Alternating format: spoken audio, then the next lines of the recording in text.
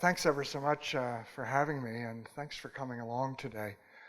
Who said that higher education was about getting a job?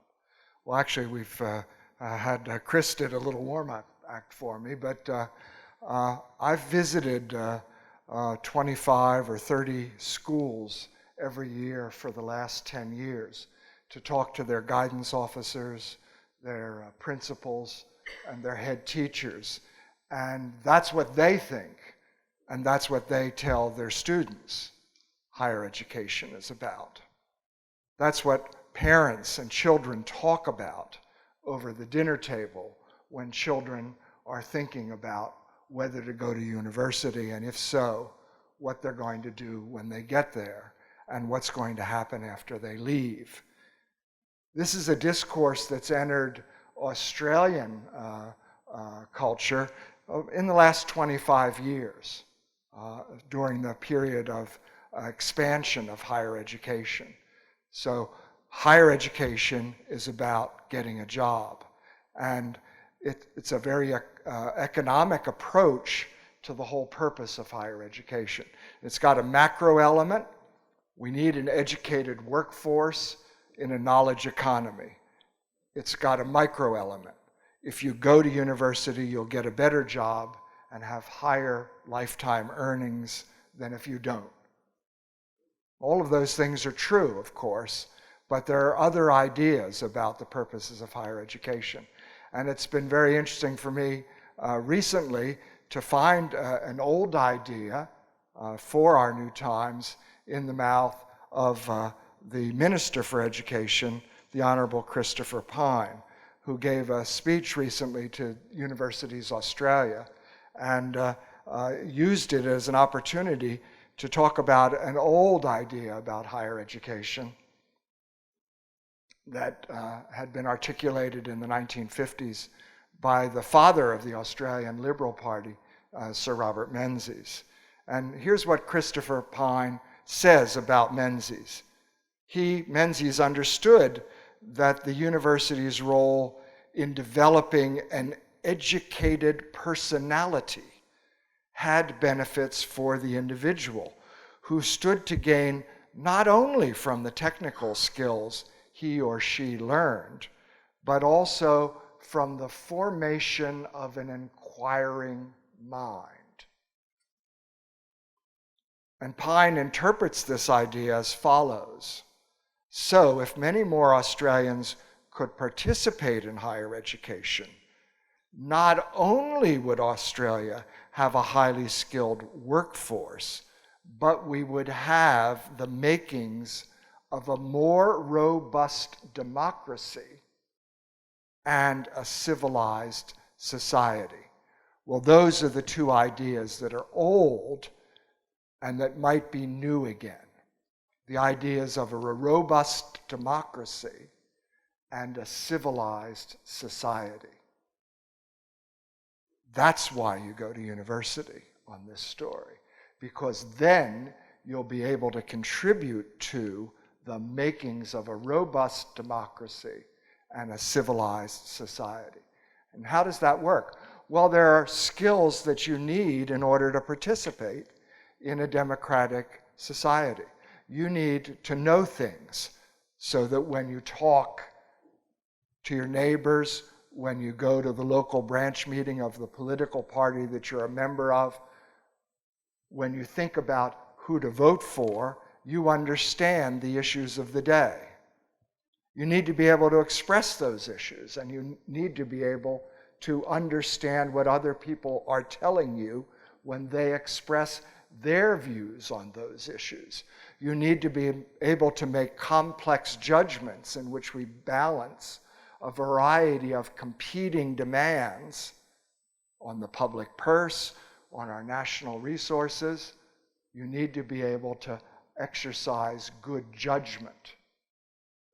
And all of those are things that you can get through higher education, so that you can leave the halls of academe equipped with the skills to be a participant in democratic society, not just a spectator. And that's the vision that Pine is articulating. Now this, from Pine's mouth and from Robert Menzies by implication, is an idea that he associates with a small c conservative political tradition. And it's there. It's perfectly appropriate to associate it in that way. But it's also somewhere else. It's in the social democratic political tradition as well. And I'm going to talk about some things that happened in my own life growing up in the United States that show it in that, arising out of that tradition. And it's kind of interesting that some of our most profound ideas actually have multiple sources. So it's not just a conservative idea that if you're educated, you can participate more effectively in decisions that affect you. It's also a social democratic idea. So it doesn't matter where you are on the political spectrum, whether or not you can accept and embrace this inspiring idea that education has a purpose in relation to democracy. And I want to begin with something that happened around the time I was born in the wake of the Second World War. And it was a report that the then President Harry Truman, have I got a picture of Harry? There's Robert Menzies, and here's Harry Truman. It was a report that Harry Truman commissioned about the future of higher education in America. And here's what the conclusions of that report were. Truman, in Australian terms, is much more like the Labour Party in Australian political terms. Here's what it says. The open and inquiring mind and the habits of rigorous and disciplined investigation are the marks of free men and the sinews of a free society. I just love that phrase, the sinews of a free society. The purpose of higher education is precisely to promote a robust democracy. Here's what they say. It's a commonplace of the democratic faith that education is indispensable to the maintenance and growth of freedom of thought, faith, enterprise, and association. Thus, the social role of education in a democratic society is to enable the citizens to understand, appraise, and redirect forces, men, and events as these tend to strengthen or to weaken their liberties. The first and most essential charge upon higher education, not to get you a job, okay? Not even to provide you with an internship. You don't need one of those, according to Chris. It shall be the character of democratic values, ideals, and processes, and cultivate democracy's abiding elements, its respect for human personality, its insistence on the fullest freedom of belief and expression for all its citizens, its principles that all should participate in decisions that concern themselves, its faith in reason, and its deep obligations to promote human well-being. What is a democracy if it's not a society in which all participate in decisions that affect themselves? And how can you participate effectively? By being knowledgeable, by having cultivated an acute judgment and a sense of balance among competing interests. And how can you acquire or hone those skills? You can do so through your education. One of the things that is crucial to be a democratic citizen is to be able to approach each other as equals, to be able to listen, to be able to talk, to be able to hear what people are saying to you. And that provides not just a right of participation, but a basis for dignity. I'm facing you as a fellow creature. You're facing me as a fellow creature. In 1957, and I watched this on television, 9 teenage students, they were a few years older than me, but in my same age cohort really, were brought to Little Rock State High School in the state of Arkansas by the 101st Airborne Division of the United States Army. And the presence of the 101st Airborne Division was necessary because the governor of Arkansas had previously mobilized the National Guard of the state of Arkansas to prevent these students from entering Little Rock High School. I'm not making any of this up. It happened in my lifetime. I watched it on television, and it happened in the United States of America. Dwight Eisenhower had to mobilize the Screaming Eagle Division of the United States Army in order to make it possible for these students to go to high school. Why? Because Little Rock High School was segregated by race. It was an apartheid system. If you were white, you could go to Little Rock High School. If you were not, you went to another high school. How can people face each other with dignity if they cannot sit in the same classroom together? The fact that the high school for African Americans was markedly inferior by every measure of resourcing and the quality of the instruction that was on offer is another element, of course. But simply the separation of students by race meant that their ability to face each other as equals was denied from the start, never given a chance to develop. What did the Little Rock Nine want? Did they want a better job? All the evidence that we have from their subsequent testimony was that that wasn't the reason that they wanted to go to high school with other children in their community. What they wanted was a chance to exercise their human dignity by learning to talk with each other as equals. If we fast forward to 1963, I was just about ready to go to university myself. I was in my final year of high school, and I went on a kind of a rite of passage trip with my oldest friend, whom I'm going to see in a few weeks. It's our 50th high school reunion in a few weeks. I haven't seen him since 1964.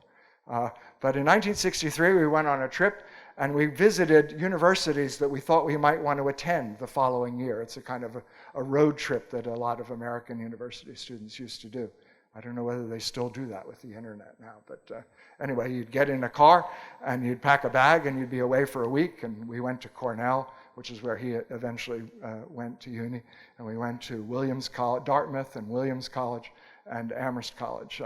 And when we got to Amherst, it was very weird because we drove into town, and at every corner there were state police cars and state policemen standing outside the cars looking very alert and kind of worried. And we had no idea what we had encountered, what we had walked into or driven into, but actually President John Kennedy was there that weekend. And he was giving the only address of his presidency on higher education. And he was giving it at the opening, not the opening, the groundbreaking of a library that I subsequently sat in and did doodles in the margins while looking out, into the middle distance, thinking about girls from Smith College instead of first-year history. And the library was named after Robert Frost, who had been the poet in residence at Amherst College for many years and subsequently died. And the connection with Kennedy is that Frost had spoken at Kennedy's inaugural. And so he came to Amherst College to give a groundbreaking address at the college. And here's what he said. This is something that I actually heard in real life. I didn't watch this on television. He's probably got the American Civil Rights Movement in mind, if not the actual events involving the Little Rock Nine. What good is a college or university unless it is serving a great national purpose? This college does not exist merely to give this school's graduates an advantage, an economic advantage in the life struggle. It does do that. But in return for that, in return for the great opportunity which society gives the graduates, it seems to me incumbent upon this school's graduates to recognize their responsibility to the public interest. Privilege is here, and with privilege goes responsibility. There is inherited wealth in this country and also inherited poverty.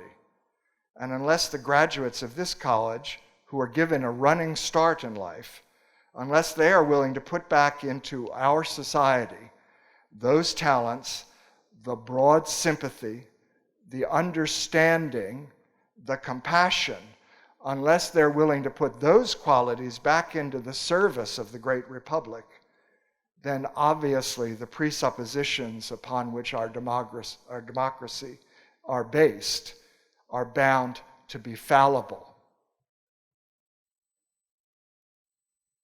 Kennedy thought that privilege, the great privilege of privilege, is in a way to extinguish privilege. That the chances that we were being given at an elite college were chances that we had to turn to the betterment of all. And that if we weren't able to do that, one of the fundamental bases for democracy would be undermined. That if we constituted ourselves as an elite living in a bubble,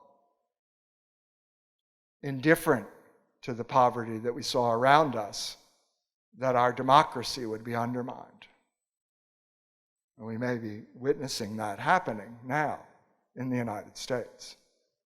Kennedy was speaking at a time when the gap between rich and poor was 2 orders of magnitude less than it is now.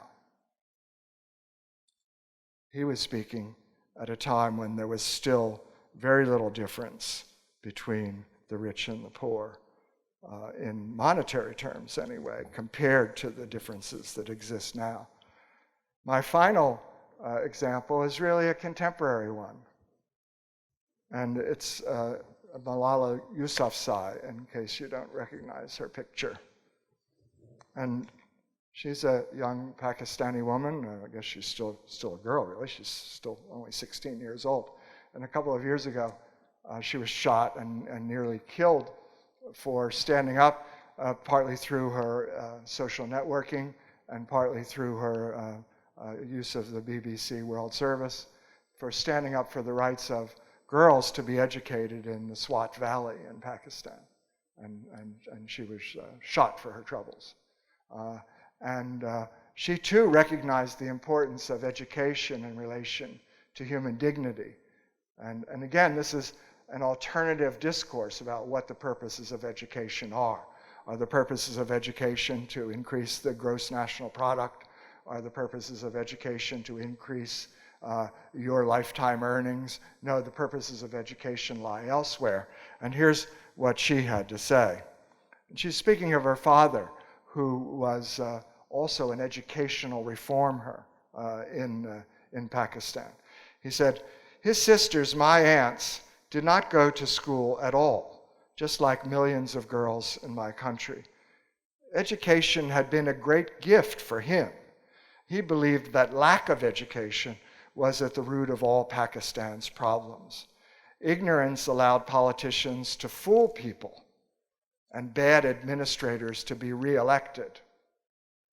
He believed schooling should be available for all, rich and poor, boys and girls. The school that my father dreamed of would have desks and a library, computers, bright posters on the walls, and most important, washrooms. Malala Yousafzai does not speak from power and privilege as John Kennedy did at Amherst in 1963. She speaks from the disempowered to the disempowered. And she speaks not of jobs and not of the gross national product, but of the dignity that washrooms and bright posters and computers and a chance for girls and boys, for people from different ethnic and religious backgrounds to sit together, to learn together, the importance of that for democracy and for a civilized society. So this is an old idea, an idea that has roots in the conservative political tradition, an idea that has roots in the social democratic political tradition. This is an old idea that education is for democracy, that education is for civilization that is ripe for our new times. Thank you.